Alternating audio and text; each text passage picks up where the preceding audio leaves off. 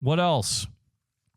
Let's talk about Ukraine, Russia briefly. Here's a fucking update. North Korea is now sending thousands of construction workers to help rebuild a Russian border region that's been pretty much devastated by the war. Yeah, our buddy, Sergei Shoigu, you guys have heard me mention him often. He's a close aide to President Vladimir Putin. He met with Kim Jong-un, the North Korean leader, in Pyongyang on Tuesday. That was actually his third visit to the North Korean capital since March.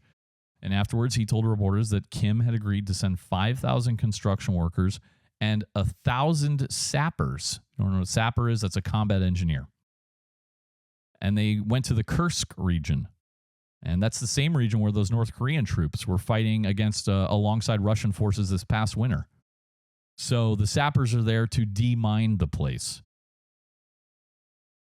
North Korea's official Korean Central News Agency did not mention sending laborers to Russia in a report on that meeting, but it said that dear leader Kim Jong-un had decided to cooperate with Russia based on, quote, a correct understanding of current situation, end quote.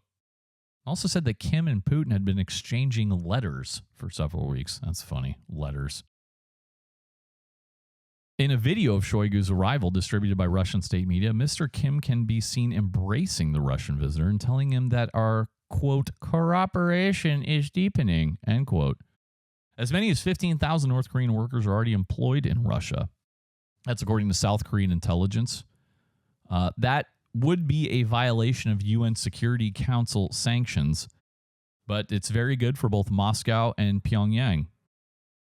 The North Korean government earns much needed foreign currency by taking much of that salary, and Russia gets a big infusion of labor help at a time when its own labor force has been fucking depleted by the war in Ukraine because like all their able-bodied men are fucking heading out there.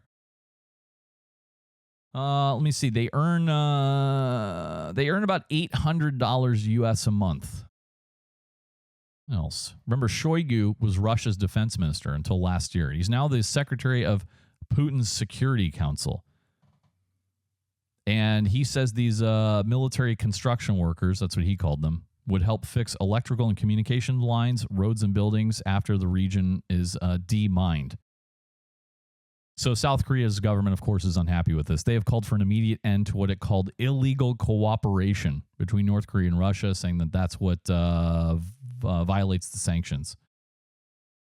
Okay. And by the way, Shoigu also said that Russia and North Korea are working on starting direct flights between their two capitals for the first time in more than 30 years. There were also sculptors and architects in the Russian delegation in Pyongyang this week, according to Shoigu. Their job is to work on plans for memorials in North Korea and Russia to honor North Koreans' war dead in Kursk. Shoigu said, quote, the feat that Korean servicemen, now comrades in arms in the Kursk region, accomplished should of course be immortalized, end quote. Exciting, very exciting.